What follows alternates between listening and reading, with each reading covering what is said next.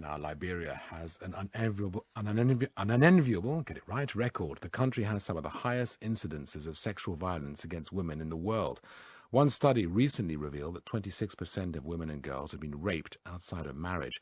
74% had suffered marital rape in northern Nimba County alone. There have been attempts to address the problem, but they've met with little success. Well, a young Liberian from the diaspora has decided to tackle the problem head-on by launching a campaign both in Monrovia and in the American town of Morrisville.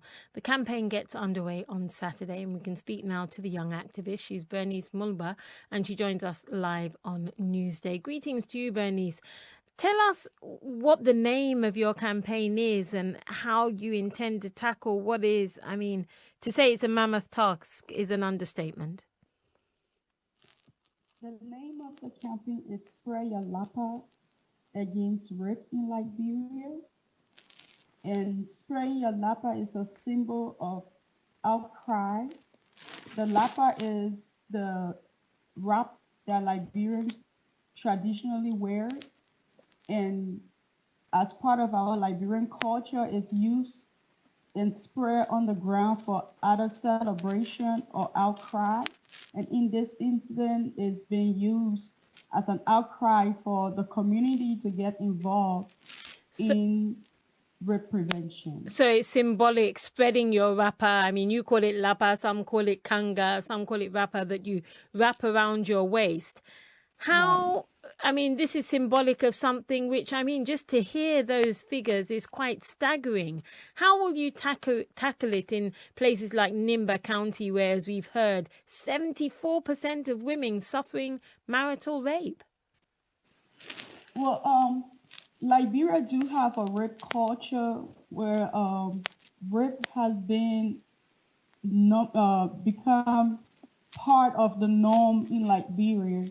So in all reality, the government, the justice system alone cannot really handle the situation. Was this mostly from the war? Is it a relic of the civil war in Liberia? Realistically, I would say no. It became at a higher rate during the war, but sexual violence in Liberia has always been part of the norm, but it always been a taboo, something that was not talked about or just dealt with within the family. So what can you do? Because I understand you're also serving as a U.S. Marine in the States. So how are you and those working with you? How do you actively want to challenge this? Massive awareness, talking about it, getting people comfortable to talk about it,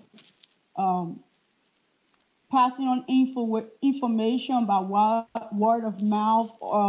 I'm looking forward to the government getting involved and allowing it to be taught in the school system, just education. Because many people, Berenice, might be hearing this thinking, why should it take a young activist who's not even based in the country but is based in the United States to take on something that NGOs, women's groups and the government should be tackling head on?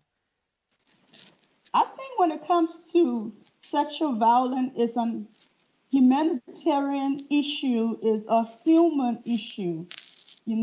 So as humans and citizens of the world, we are all responsible to protect our society. So, if I can help in any way possible, I'm willing to, and I do have others that are interested. And we as people of the world, we can make a difference. So I don't really think it is just limited to the government and NGOs, but just ordinary citizens as well being involved can make a difference.